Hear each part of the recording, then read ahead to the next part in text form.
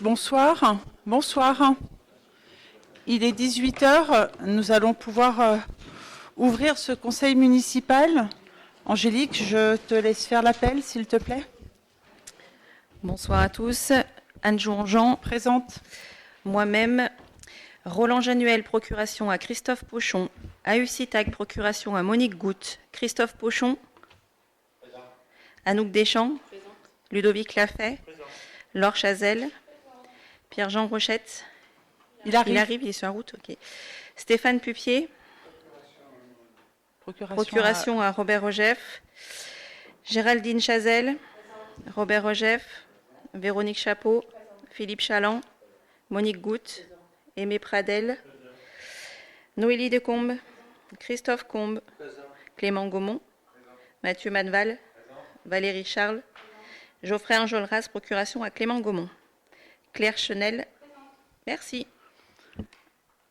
Merci Angélique. Nous avons le quorum. Nous allons pouvoir continuer. Y a-t-il des questions sur le PV du dernier conseil? Pas de questions. On va pouvoir voter. Qui est contre? Qui s'abstient? Unanimité. Pour ce conseil, je nomme Monique comme secrétaire de séance. Alors, premier point, c'était la convention de mise à disposition des salles de l'espace Céladon aux associations. J'ai reçu hier un courrier du conseil d'administration de la MJC et je souhaite retirer ce point et que le prochain maire travaille avec la MJC. Il y a beaucoup trop de questions et je ne souhaite pas passer en force sur ce point-là. Donc, je sors cette délibération. J'ai toujours travaillé dans de bonnes relations avec la MJC et je voudrais terminer comme ça. Voilà pour l'information. Donc, le point 1 est passé. Je préfère que la MJC travaille avec la prochaine équipe calmement et que la convention soit validée sans que vous passiez en force. Pardon ? Ah, pardon. Oui, allez-y. Ok. Et nous, on trouve ça très bien de reporter ce point. Mais c'est juste une question. Est-ce qu'il est possible d'évoquer les questions au conseil municipal pour permettre un peu de faire apparaître de l'information ? Là, non, quand ils retravailleront sur le point. Je dirais aujourd'hui, moi, le courrier est assez long. Il y a un certain nombre de points, il faut retravailler avec l'équipe, avec la MJC. Okay. Je dirais aujourd'hui, ce qu'il ne faut pas oublier, c'est qu'il y a une belle salle, un beau bâtiment qui est mis à disposition de la MJC. Il faut arriver à s'entendre. Oui, il y a un certain nombre de points, avoir une convention, plusieurs conventions par association. Je dirais, il y a une partie juridique, il y a une partie... je n'ai pas tout relu, c'était hier soir, je l'ai vu. Il faut reprendre les points calmement avec l'équipe, mais pas ici. Je dirais, moi, je préfère le suspendre, dire on ne le traite pas ce soir, et puis après, la MJC travaillera avec l'équipe, la prochaine équipe. Merci. Voilà. Donc, on passe au point 2. Ça va aller. Pour toi, Robert, autorisation à signer un contrat de délégation de gestion du syndic de l'espace Céladon. Tout simplement, c'est dans le cadre de cette organisation de cet espace, il y a l'équivalent d'une copropriété. Donc il y a une partie qui est sous la responsabilité de la commune. Et donc comme ce n'est pas notre métier, l'objectif c'est d'autoriser Madame la maire à signer tous les documents pour pouvoir faire les démarches et trouver un syndic pour gérer la partie commune. Voilà. Y a-t-il des questions ? C'était de savoir si, du coup, dans quelle mesure les participants au projet avaient été concertés, en fait. Tous ceux qui allaient, du coup, bénéficier du service de ce syndicat et peut-être y participer, quoi. Non, c'est l'inverse. C'est-à-dire que c'est la commune qui est responsable de l'ERP, et l'ERP est divisé en plusieurs entités, sur lequel il y a des accords, je dirais, de location ou de vente, mais il y a un bien commun. Et c'est l'objet de tout ce qui est commun qui doit être géré par un syndic pour les charges. Voilà. Donc c'est la partie inhérente au fait que les gens qui achète ou loue une partie de cet ERP, eh bien, ils partagent la démarche du partage des charges comme dans un immeuble. Comme voilà, c'est ce que je vais dire, comme dans avec un appartement. Donc ça ne souffre pas une négociation, quoi. Ça souffre éventuellement une négociation pour connaître les clés de répartition, comme dans un comité, dans un syndic, pour dire quelles sont les charges, quels sont les montants, quels sont les indicateurs. Et ça, c'est normal, c'est le travail du syndic. C'est dans ce sens-là qu'il faut le voir. Mais ils ont eu l'information dès que j'ai fait hier une vente, ils avaient l'information et on l'a reprécisé hier lors de la vente. Mais ils étaient informés dès le début qu'il y aurait ce système de copropriété et ils connaissaient la clé de répartition. Dans les détails. Ouais. Dans les détails, c'est comme dans toute opération, on aborde les détails le jour où on a les vrais chiffres. On donne la clé de répartition, après le montant on ne l'a pas, mais on donne la clé de répartition, le tantième ou... Oui, donc c'est les clés de répartition, c'est une fois que, je dirais, toutes les charges inhérentes au fonctionnement, par exemple, de la géothermie, le fonctionnement des fluides, tout ça, une fois qu'il y a des quantités, voilà, ça sera ramené au mètre carré, donc comme dans une copropriété, et ça, ça sera quantifié. Donc il n'y a aucune information surprenante pour les participants là. Ah ben non. Les seules informations qu'il y a, c'est celles qui ont été mises à leur disposition le jour où ils sont rentrés dans la réflexion de dire on vient sur le projet ou pas, et qui étaient basées sur les estimations des cabinets d'ingénierie, argumentées sur les mètres carrés, le nombre de personnes qui passaient, et quelles étaient les estimations de chauffage ou de quantité d'énergie, que ce soit gaz ou électricité. Voilà.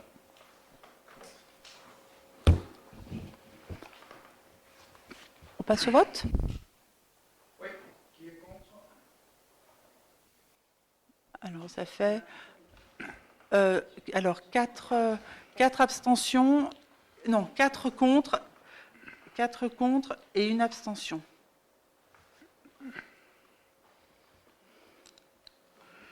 Merci. Merci Robert. Le point suivant, le point 3, garantie d'emprunt à hauteur de 50% de Fleuve Loire Habitat. Donc, dans le cadre des travaux concernant l'opération CADA, nous avions passé l'année dernière une délibération. La société de Fleuve Loire Habitat nous demandait de se porter garant pour finaliser leur demande d'emprunt avec la Banque des Territoires. L'année dernière, nous avions passé cette délibération. Elle était à... La garantie est à hauteur de 41% pour le remboursement et De Fleuve Loire Habitat est revenu vers nous cette année. Le montant n'est pas à 41%, mais à 50%. Donc nous devons repasser cette délibération. Avez-vous des questions ? Oui, Ludo. Oui, alors, une fois n'est pas coutume, je crois que c'est la première fois du mandat où je vais voter contre une délibération. Si c'est une fois, profites-en. Voilà, exactement, il est bien temps. Non, simplement, je vais expliquer pourquoi.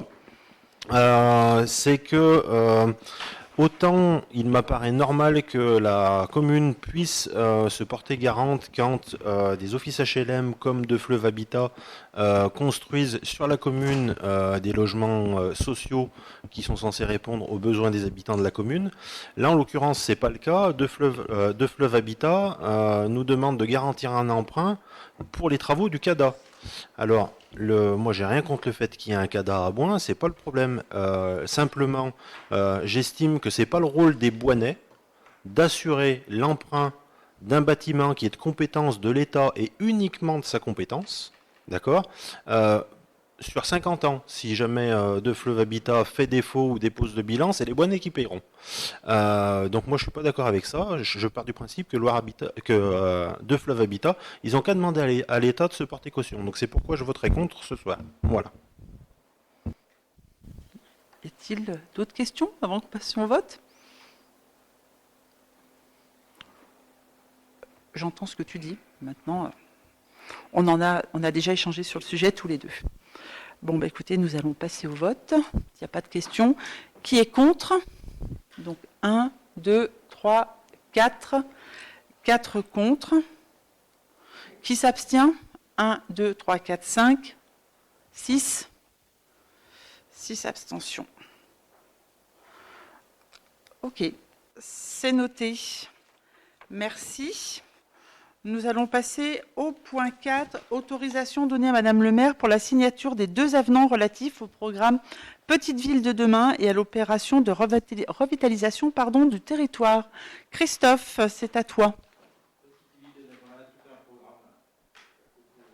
Pour ceux qui ne connaissent pas le programme Petite Ville de demain, donc savoir que c'est un programme pour les communes de moins de 20 000 habitants qui vient en aide pour redynamiser les centres-bourgs et les manques de commerce, revoir les logements insalubres, tout ça. Donc c'est un programme qui est reconduit, là, donc je vais vous lire. Donc, vu le code de la construction et de l'habitation, notamment ses articles L303.2 et L303.3, vu la délibération du Conseil communautaire du 28 numéro 28 du 11/6/2022, approuvant la Convention Petite Ville de demain, PBD, ainsi que les délibérations numéro 2023-12-38 du 12/12/2023, approuvant l'avenant numéro 1. Vu la délibération du Conseil communautaire numéro 28 du 11/10/2022, approuvant la Convention cadre d'opération de revitalisation de territoire, ORT, ainsi que la délibération numéro 2023-12-38 du 12/12/2023, approuvant l'avenant numéro 1, considérant que la nécessité de poursuivre les actions engagées dans le cadre du programme Petite Ville de demain, afin d'accompagner la stratégie de revitalisation du territoire communal, considérant que l'avenant 2 à la Convention PVD a pour objet de prolonger la Convention Petite Ville de demain jusqu'au 31 décembre 2026. Considérant l'intérêt de la commune de maintenir ces dispositifs structurants au service du développement et de l'attractivité du territoire, et après en avoir délibéré, le conseil municipal décide à la majorité qui a des questions, qui est contre, qui est pour. Non, attends, donc on recommence. T'as fait qui est contre? Personne? Qui Personne. s'abstient? Bien, personne. Bon, unanimité. Bon, très bien. Merci pour Merci cette unanimité. tout le monde. Le point 5, cession du bail amphithéotique sur la parcelle AL 791 à Boin-sur-Lignon, à la commune de Boin, modification de la délibération du 9 juin 2023. Ludovic, c'est à toi. Allez, merci du cadeau. S'il te plaît. À chacun le sien. Hein. Ah ouais. Alors moi j'ai pas suivi l'affaire, mais si j'ai tout bien compris, la parcelle sur laquelle se situe le cinéma, sur lequel il y a la pige, c'est une parcelle qui appartient à comment on dit? Oui, pas l'évêché, mais à la paroisse. À la paroisse Saint-Vincent. Et compte tenu de ses utilisations, il y avait un bail amphithéotique qui était fait sur cette parcelle au bénéfice anciennement de la communauté de communes du Pays d'Astrée, pour qu'ils puissent dedans y mettre la pige. La communauté de communes du Pays d'Astrée ayant été fusionnée dans Loire-Forêt Agglomération, LFA a récupéré l'amphithéâtre sur cette parcelle et il devait être créé sur cette parcelle des servitudes pour permettre le cheminement des piétons d'un parking à l'autre. Voilà. Étant donné que, alors je crois que c'est dans le cadre du fait qu'on a récupéré d'ailleurs la pige, la MJC, voilà. Du coup, comme on a récupéré cette compétence-là, LFA a plus lieu d'être titulaire de l'amphithéâtre. Donc du coup, l'amphithéâtre revient à la commune de Boin. Et du fait que ça revient à la commune de Boin, il perd l'intérêt de créer les servitudes. Si j'ai bien tout compris. Donc en gros, aujourd'hui, ce sur quoi on délibère, c'est pour modifier la délibération qu'on a prise en 2023 qui transférait l'amphithéâtre à LFA, pour dire que finalement, on ne le transfère plus à LFA, que ça vient sur la commune de Boin, et que finalement, il n'y a plus besoin des servitudes qui étaient censées être établies. Voilà. C'est bien, c'était clair, et tu as tout compris. Est-ce qu'il y a des questions? Ça, c'est la servitude. Ouais. Mais il y a le problème sur le bail amphithéotique, il n'est pas réglé avec je dirais la paroisse. Mais c'est bien, sur cette délivre, on est d'accord, 200%. Voilà. Du coup, s'il n'y a pas de questions, on peut passer au vote. Qui est contre? Qui s'abstient? Eh ben, je finis avec une unanimité, c'est bien. Merci. Bah, écoute, Pour avoir voté contre, tu fais l'unanimité. on va te C'est laisser ça. le point suivant. Point 6. Ah ouais, cession des parcelles communales cadastrées AN 254 et 257 à Giraud. Alors, c'est des parcelles de terrain qui appartiennent au domaine privé de la commune, qui sont coincées entre le Lignon et le canal qui va à la centrale électrique Je l'ai pas travaillé. dessous anciennement la CBA. Bon, nous, commune de Boin, ces terrains, ils nous servent pas à grand-chose. C'est un peu compliqué de les entretenir. Et Loire-Forêt, eux, dans le cadre de la compétence GEMAPI, se proposent de les récupérer, d'en assurer la gestion. Donc voilà, c'est l'objet de la délibération. C'est des terrains qui sont en zone inondable. Il y a à peu près 10 000 mètres carrés. Et on céderait ça à Loire-Forêt pour 10 centimes du mètre carré. Voilà, je ne sais pas s'il y a des questions par rapport à ces... Pour faire un bref historique, c'est lorsqu'on a pris la décision, il y a 1 an ou 2 ans, je ne me rappelle plus, de céder une partie de ces terrains communaux à l'entreprise pour faire son extension, puisque la compétence économie, c'était Loire-Forêt qui la gérait. Loire-Forêt avait proposé effectivement pour sa compétence entretien des rivières, il y a cette démarche, c'est l'objet de ce que tu viens de présenter. Donc du coup, la commune de Boin, entre la parcelle privée maintenant transférée et ça, on n'a plus à y mettre les pieds, on n'est plus responsable de rien. Bon. Du coup, est-ce qu'on peut passer au vote? Qui est contre? Qui s'abstient? Tac, eh ben, il n'y en aura plus qu'une et j'aurais fait le grand chelem. Allez, zou. La suivante, donc, il faut qu'on formule un avis dans le cadre de la création d'un ICPE créé par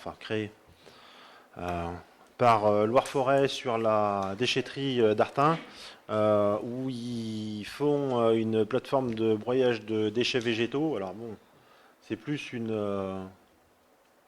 voilà, une déclaration de quelque chose qui existe déjà, mais donc voilà, c'est pour se mettre aux normes et à jour, ils ont monté un dossier d'ICPE, puisque c'est une activité qui est réglementée au titre du Code de l'environnement.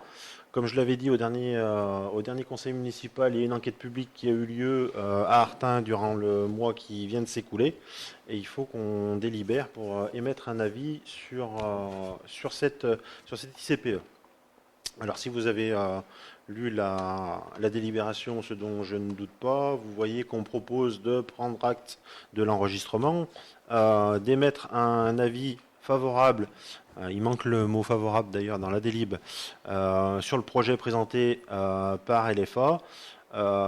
On souhaite bien sûr que LFA soit très strict au niveau du respect des prescriptions réglementaires, comme la commune d'ailleurs s'engage à le faire pour toutes les autres ICPE sur la commune. Demande à être tenu informé, bien sûr, de toute évolution significative du fonctionnement de l'installation et de ses conditions d'exploitation. Voilà. Je ne sais pas s'il y a des questions par rapport à ça. S'il y a eu enquête publique, ça veut dire qu'on était dans le cadre d'une déclaration d'enregistrement. Enfin, pas de déclaration, justement. Parce qu'il y a 3 niveaux pour les ICPE. Oui. Il y a déclaration, enregistrement et autorisation. C'est ça. Ouais. Pour que ce soit clair pour tout le monde, comme tu viens de le rappeler, Ludo.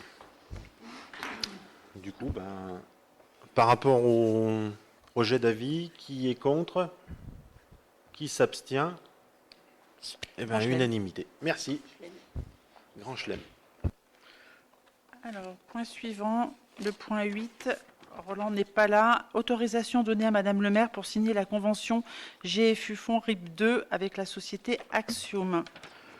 Donc, la délibération, c'est les termes d'une convention à intervenir entre la commune de Boin et la société Axiom. Voilà, donc c'est les grandes lignes. On n'avait rien jusqu'à présent et on s'est retrouvé avec une panne il y a quelque temps et il fallait qu'on finisse par se positionner. Donc on a pris le temps de réfléchir et on a fait le choix de continuer avec Action. Y a-t-il des questions?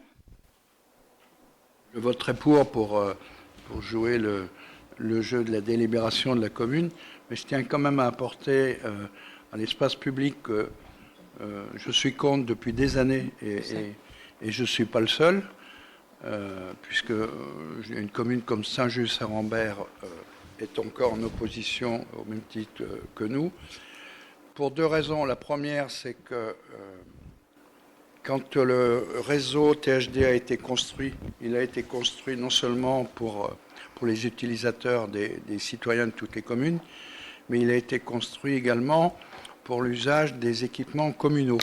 C'est ce qu'on appelait l'addendum 13 dans la fameuse DSP qui a été signée en 2017 ou 2018, enfin bon, peu importe. Donc ça a bien fonctionné pour à peu près une quinzaine de communes. Et puis le délégataire, donc ça veut dire qu'en gros, les collectivités qui ont payé le réseau fibre, d'accord, elles ont payé les fibres qui sont utilisées par le délégataire pour relier les bâtiments communaux. Et suite à une modification juridique à Paris au niveau de l'ARCEP, le délégataire aujourd'hui a dit « vous me devez de l'argent parce que vous utilisez la fibre, on la baptise comme on veut, et ce n'est pas prévu dans le contrat ». Donc c'est un débat surréaliste.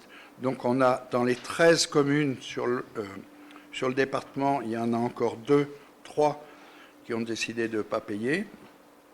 La dernière, elle s'est trouvée dans le cas de figure que tu viens de préciser, Anne, c'est Saint-André-le-Puy.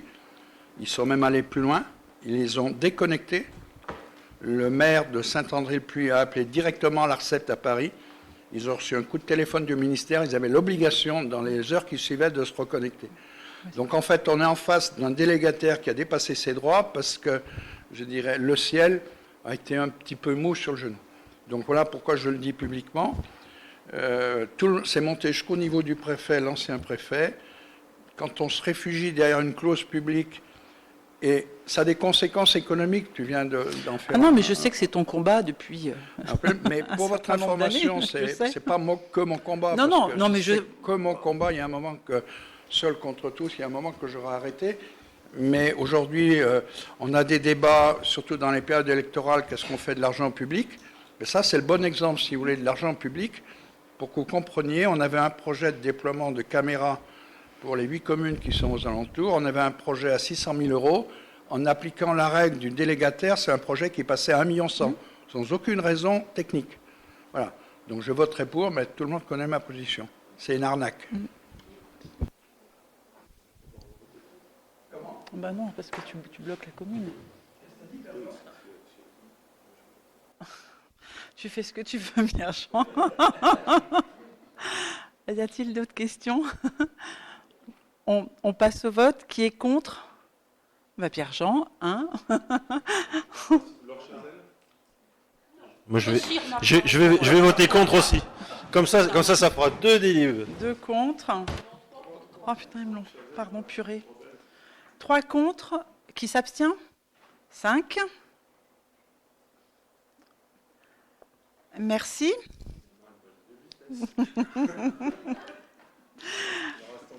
Point 9. Approbation des règles concernant le remisage à domicile des véhicules de service. Pour toi, Géraldine. Alors, je vous avais présenté le 6 novembre 2025, donc la délibération sur l'attribution des véhicules de service avec remisage. Il s'est montré du coup qu'il y avait une erreur, en fait, par rapport à notre agent, donc Cédric Morel, avec le véhicule immatriculé CF 698TB. Donc, il convient donc de modifier la délibération en réduisant la liste à M. Morel Cédric, celui-ci pouvant être appelé en cas de problème technique sur la commune par les élus ou ses agents d'astreinte. Donc, je vous demande ce soir d'approuver la nouvelle liste exhaustive des fonctions et missions ouvrant droit au remissage permanent. Voilà. Avez-vous des questions? Qui vote contre? Qui s'abstient? Vote à l'unanimité. Merci. Le point suivant, toujours pour toi, s'il te plaît. Suppression du poste d'adjoint technique ASVP du service de la police municipale. Donc, je vous informe que le conseil municipal, donc, suite à la démission de l'agent affecté au service de la police municipale en qualité d'agent de surveillance de la voie publique, il y a lieu donc de supprimer le grade d'adjoint technique territorial dont il avait été recruté. Voilà, donc je vous propose donc le nouveau tableau des effectifs. Avez-vous des questions? Non. Qui s'abstient? Qui vote le contre? Qui est contre, pardon. Qui s'abstient? Vote à l'unanimité. Je vous remercie. Merci. Alors, point 11. Présentation de l'état annuel des indemnités des élus. Donc, dans le cadre des nouvelles dispositions en matière de transparence de la vie publique, il y a un certain nombre d'articles qui nous précisent que nous devons faire un état de l'ensemble des indemnités versées aux élus et les communiquer chaque année aux conseillers municipaux avant l'examen du budget. Le tableau est sur l'écran. Voilà. Donc là, c'est une information. Il n'y a pas de vote, c'est une information. De toute façon, il n'y a pas lieu de voter puisque c'est conforme à la Exactement. délibération sur la C'est pour ça rémunération. que je dis c'est une information, tout à fait. Eh bien, nous allons passer au point suivant. À toi, Noélie. Alors, les prochains points... 12, 13, 14, 15, 16, 16. On laissera le 17 à Angélique. Tout à fait. Allez. Donc, premier point, concernant le CFU du budget annexe de l'ancien hôpital local, donc Espace Céladon. Donc, les chiffres qui vous sont présentés dans les points 12 et 13 sont des chiffres provisoires parce que, pour l'instant, nous n'avons pas la validation encore des services des impôts. Laetitia espère la semaine prochaine. Ouais. Donc, ça sera le prochain conseil qui validera exactement les vrais chiffres, même si pour l'espace Céladon, on ne devra pas avoir d'écart. Et pour la commune, il y aura peut-être un petit écart, mais on va dire qu'il n'y aura pas grand-chose. Je vous donne les chiffres. Pour l'espace Céladon, en section investissement, on finit l'année 2025 avec moins 1 320 868,30 € et en section de fonctionnement, moins 232 771,42 €. Nous allons procéder... Non, peut-être des questions? Non. Ah oui, pardon, est-ce qu'il y a des questions? Excusez-moi, c'est moi. Trop pressé. Je peux? Oui, vas-y, bien sûr. C'est pas pour moi je connais la réponse, mais comme on est filmé, il y en a peut-être qui vont regarder. Et CFU, tout le monde sait peut-être pas ce que c'est, parce que c'est pas quelque chose qui date de... Ah, et ben c'est suite au changement, on est passé du M40 au M57, en fait, on a changé de comptabilité, en fait. Et au mieux, alors je sais pas comment le terme exact ça s'appelait avant, mais... compte financier unifié, oui, voilà. Avant, je ne sais pas comment il s'appelait la présentation des comptes. En fait, c'est la présentation des comptes qui est nommée CFU, en fait. Et avant, je ne me souviens plus. Je ne sais pas, je ne saurais pas dire. Ah, voilà, bon, merci. Nous allons passer au vote.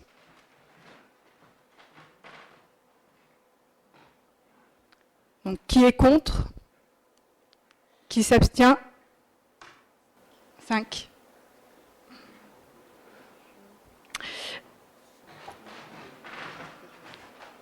Donc ensuite, le point 13 est sur donc, le CFU de la commune. Donc en section d'investissement, l'année 2025 se termine avec moins 387 265,23 et en section de fonctionnement 364 059,05 €. Est-ce qu'il y a des questions? Donc, nous allons procéder au vote.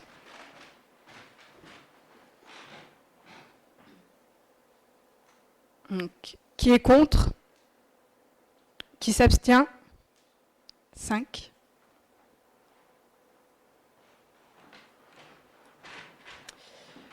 Ensuite, le point 14, neutralisation des amortissements des AC Loire-Forêt. Donc, il nous vient de délibérer afin de neutraliser les opérations d'attribution en compensation de Loire-Forêt, donc en dépenses et en recettes, pour la somme de 13 294,38 en fonctionnement et la même somme en investissement. Est-ce qu'il y a des questions ? Donc nous allons procéder au vote. Qui est contre ? Qui s'abstient ? Unanimité. Ensuite, donc le point 15, vote du budget primitif de l'année 2026 pour l'ancien hôpital local, l'espace Céladon. Donc les chiffres avaient été présentés en commission il y a 15 jours. Pour le budget 2026, donc on estime en investissement la somme de 5 186 000 € et en fonctionnement la somme de 356 654,40 €. Est-ce qu'il y a des questions ? Pardon ? Redire les chiffres ? Alors en investissement, 5 186 000 € et en fonctionnement, 356 654,40 €. Donc il n'y avait pas de questions. Donc nous allons procéder au vote. Qui est contre ? Qui s'abstient ? 5. Ensuite, vote pour vote du budget primitif de l'année 2026 pour la commune. Donc par rapport à ce qui était dans la synthèse et suite à la commission, nous avons débattu sur les différents investissements de 2026. Donc la section investissement passe à 1 188 456,92 € et la section de fonctionnement passe à 3 224 752,85 €. Est-ce qu'il y a des questions ? Nous allons procéder au vote. Qui est contre ? Qui s'abstient ? 5.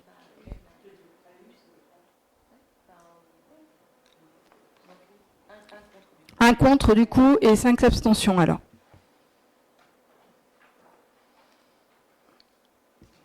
Je vais vous faire passer... Comme j'ai la parole, je vais vous faire passer, c'est l'arrêté parce que c'est ce qu'on doit remettre en préfecture. Donc il faut que tout le monde signe ce document en fait. C'est sur les budgets. C'est sur les budgets en fait, on doit faire ça. Donc je vous le fais, je fais le tour pour tout le monde. Merci. Point 17, Angélique, révision du tarif du repas de la cantine scolaire à compter du 1er septembre 2026.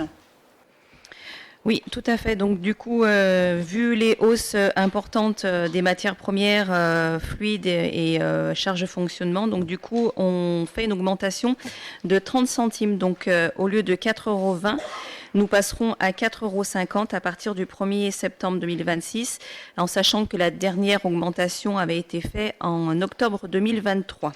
Voilà. En septembre. Septembre, oui. Est-ce que vous avez des questions ? Est-ce que vous avez étudié le fait de soumettre les tarifs au quotient familial ?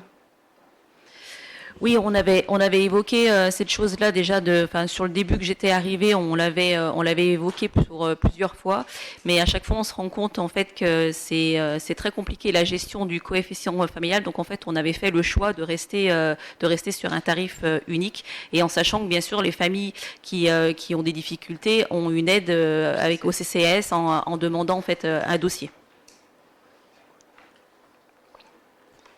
On peut avoir un peu plus d'informations sur les complications que ça représentait ? C'était une gestion par rapport au logiciel qu'ils utilisent au niveau de la cantine, etc. Et puis ça a été un choix après de la commune, du coup, de ne pas passer au coefficient familial. D'autres questions ? Nous passons au vote. Qui est contre ? 5. Donc 5. Qui s'abstient? Merci. Nous avons fini le premier conseil municipal. Nous avons dû faire une deuxième convocation puisqu'il y avait un point complémentaire, donc nous l'avons envoyé et donc lancer un deuxième conseil municipal. Je vous propose de faire, on va peut-être pas refaire l'appel, on est toujours tous là, on va faire passer la fiche et puis on va faire le point de Anouk. Je me permets juste, pour ceux qui ont une procuration, pensez bien à signer sur les deux côtés. Donc je vous ferai passer la première feuille où il manque 2 signatures. Allez.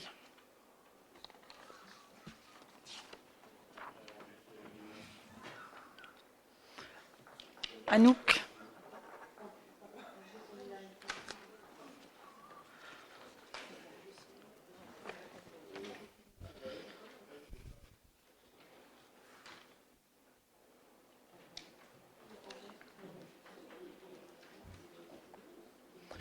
On te laisse seul.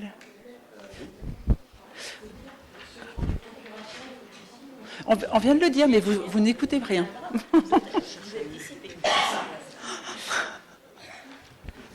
Il me reste une délibération à voter contre. Oh non. Anouk, on te laisse la parole. Tu ne peux pas ça déjà. On va rester concentrés. Il reste une délibération, subvention accordée aux associations. C'est ça. Du coup, dans le cadre des subventions de l'année 2026, on a réceptionné les dossiers des différentes associations. Donc, vous avez reçu en annexe le tableau récapitulatif. Donc, suite à la commission qui a été faite il y a une semaine, le montant total de ces subventions s'élève à 35 000 €. Donc, cette somme, elle a été inscrite au budget. Et donc, dans ces 35 000 €, vous avez 30 000 €, 390, pardon, c'est le montant des subventions. Et on a un montant exceptionnel qu'on se garde toujours toutes les années lorsque des associations déposent un dossier pour une manifestation. On aime toujours donner un petit coup de pouce. Et on avait aussi un reste à charge de 2025 sur des subventions exceptionnelles pour des associations qui sont du coup inclus dans le montant 2026. Et je m'excuse auprès du coup de Madame Chenel pour la petite coquille qu'il y a eu. Voilà. Moi, je trouve que c'est pas une petite coquille parce qu'il y a quand même moins 9 000 € de subventions qui ont été allouées et j'ai pas été convoquée à la commission. Donc, Alors, comme je vous ai déjà expliqué, en fait, moi, la commission, on reçoit le montant qui a été fixé par la commission budget. Donc, je n'ai pas la main sur le montant total. D'accord, mais je n'ai pas été convoquée à cette commission. Et si j'avais été convoquée, je serais venue et on aurait pu en discuter à ce moment-là. C'est pour ça que je m'excuse. Oui, mais je comprends bien, mais ça n'empêche pas que... Mais en fait, ça n'aurait pas changé le montant qui nous avait été accordé. Moi, je n'ai pas la main sur le montant total. Peut-être qu'on aurait pu effectivement échanger sur les autres montants attribués aux associations, et je m'en excuse. Mais voilà, en tout cas, ça n'aurait pas changé le montant global qui avait été accordé à l'ensemble du monde associatif. Qu'on soit là ou pas, peu importe, quoi, en fait. Ah non, parce que visiblement, il y en a qui sont convoqués et qui ne viennent pas quand même. Donc, Oui, mais en l'occurrence, je n'ai pas été convoquée. Et c'est pour ça que je m'en excuse. Est-ce qu'il y a d'autres questions? Oui. Oui, non, ça nous pose problème que ce point reste à l'ordre du jour dans la mesure où on a une conseillère municipale qui n'a pas été convoquée à une commission municipale qui réfère à ce... J'avais demandé la vérification, il y a eu une erreur, je pense que l'erreur est humaine. Après, je viens de m'excuser publiquement. Et visiblement, comme je le répète, il y en a qui sont convoqués et qui ne viennent pas pour débattre non plus. Non, mais là, il n'est pas question. Nous, on n'a pas demandé d'excuses. On demande de pouvoir être présent aux commissions municipales. Oui, vous avez été convoqué, vous n'étiez pas présent. Là, on parle de Madame Chenel et il a été traité plusieurs fois au cours de ce mandat de convocation. Et la dernière fois qu'il y avait eu une erreur, il avait été convenu qu'on recevait les convocations par courrier, ce qu'on a accepté et qui était très bien. Et vous nous voyez présents à chaque commission et à chaque conseil, en ce qui me concerne, où je suis convoqué. Donc, je n'ai pas reçu par les moyens qu'on avait déterminés ensemble la convocation.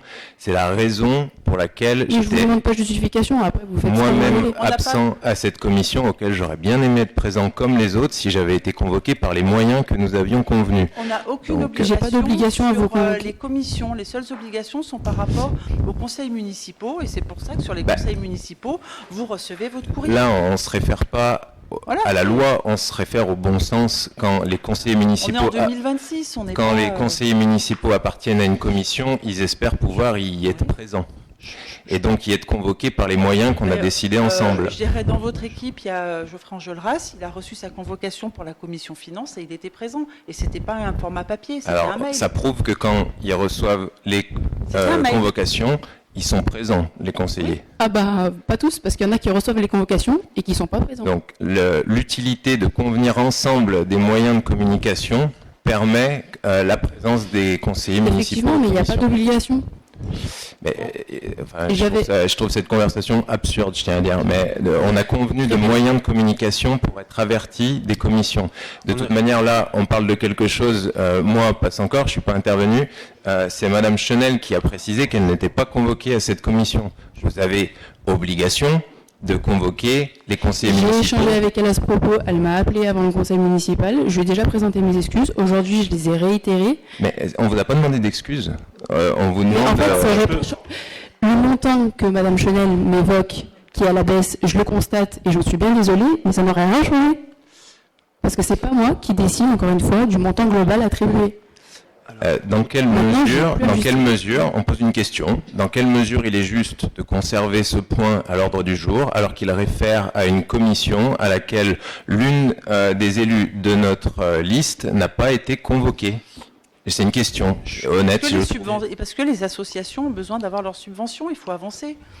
Donc ça serait pas mal d'être rigoureux sur nos méthodes qu'on a établies ensemble. Oui, vas-y, qu'est-ce que tu vas rajouter? On est d'accord que, outre des questions de forme sur une convocation qui pose problème, moi je l'entends. Sur le fond, parce qu'au final c'est quand même ça qui est important, il y a un montant qui a été déterminé par la commission budget. Sur le conseil municipal qui vient de se terminer, le budget a été voté. Donc, effectivement, si vous aviez pu être présent à la commission pour ventiler le montant des subventions, peut-être auriez-vous argumenté d'une ventilation différente de celle qui est proposée. Mais effectivement, ça n'aurait pas changé le montant. On est bien d'accord. Le montant global. Le montant global n'aurait pas changé. Donc, maintenant... si dans la ventilation qui est proposée ce soir en délibération, il y a des choses qui ne vont pas, donc on va traiter du fond, d'accord? Qu'est-ce qui vous ne va pas? À quelle association vous piquez des sous pour donner à quelle autre? C'est ça la question, au final. Oui, et c'est le propre d'une commission d'en décider. Bah, ce qui a été fait, je peux vous l'expliquer clairement, c'est qu'on a évalué la baisse, on a fait un coefficient et toutes les associations ont eu la même baisse par rapport au coefficient. En fait, on n'a pas choisi de diminuer plus à une association qu'à une autre. Oui. On a effectué le même coefficient sur toutes les associations. C'est un peu régulier entre nous, j'ai l'impression. Moi, je rejoins ce que vient de dire Ludovic. En revanche, là, il n'est pas question de demander des excuses. Il est question de leur demander une reconnaissance de notre importance au sein des commissions auxquelles on siège. Et donc, cette reconnaissance, elle peut passer par un respect des méthodes qu'on établit ensemble. Et je pense que c'est ça qui manque à la discussion. Là, il n'est pas question d'enlever le... Clément, on peut être d'accord sur ce point-là. Après, je pense objectivement que d'ici la fin du mandat, parce que c'est ça qui nous intéresse, ça ne va pas changer grand-chose. Bon, ça aurait été sympa de conclure là-dessus. Voilà. Je suis d'accord avec toi. Et là-dessus, on est d'accord avec toi. Simplement, aujourd'hui, la question est-ce qu'on vote cette délib et on verse les subventions aux associations, ou est-ce qu'on ne le fait pas? Et les associations, va falloir qu'elles attendent encore 2 conseils municipaux avant de pouvoir toucher leurs subventions. C'est à peu près ça. Voilà. Et je vais dire en plus de ça, si jamais in fine ça va pas, ceux qui auront les manettes au prochain mandat auront toute liberté de prendre des DM, de modifier les subventions, et voilà, il n'y a pas de problématique. Aujourd'hui, si on vote la subvention, les subventions qui sont attribuées, elles sont actées, d'accord. Après les élections, s'il y a des choses qui doivent changer, le nouveau conseil délibérera, modifiera ce qu'il a à modifier, il n'y a pas de problème. Simplement, là, on s'attarde sur un problème de forme qui risque d'handicaper les associations pendant un délai de 2 mois. Enfin, moi, je sais pas. Après, je veux bien. Après, il faut qu'on aille sur le terrain si là, on nous met sur le dos, entre guillemets, le non-vote des... Ah, mais moi, je ne me mets rien sur le dos. Hein. Voilà. Donc, qu'on soit bien clair. Est-ce qu'il y a d'autres questions, du coup? Moi, je pense qu'il faut voter pour les associations, à moins que... Qui est contre? Qui s'abstient? Merci. Merci. Anouk, il est 18h46. Je vais conclure ce dernier conseil. C'est avec beaucoup d'émotion que je prends la parole pour la dernière fois en tant que maire. Ces années passées ensemble ont été une belle aventure humaine, faite d'engagement, de travail et de partage. Je veux d'abord remercier mon équipe pour son énergie, sa loyauté, sa solidarité. Tout ce que nous avons accompli, nous l'avons fait collectivement avec sincérité et conviction. Ma gratitude va également à nos agents communaux, dont le sérieux et le dévouement permettent chaque jour à la commune d'avancer. Leur engagement discret mais constant mérite toute notre reconnaissance. Je salue les élus de l'opposition. Nos échanges sont constructifs. Ils enrichissent le débat et font vivre la démocratie locale. Je veux enfin remercier la presse locale pour sa présence fidèle et son rôle essentiel dans la vie démocratique. Grâce à elle, nos habitants restent informés et proches de la mairie. Et un grand merci aussi à Frédéric, notre bénévole de l'ombre, toujours derrière la caméra, qui filme patiemment chaque conseil et contribue à sa manière à faire vivre la transparence municipale.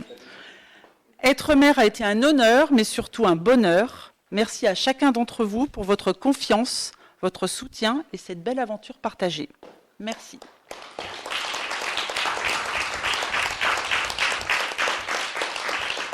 Il est 18h47. Je clôture ce dernier conseil du mandat. Merci beaucoup.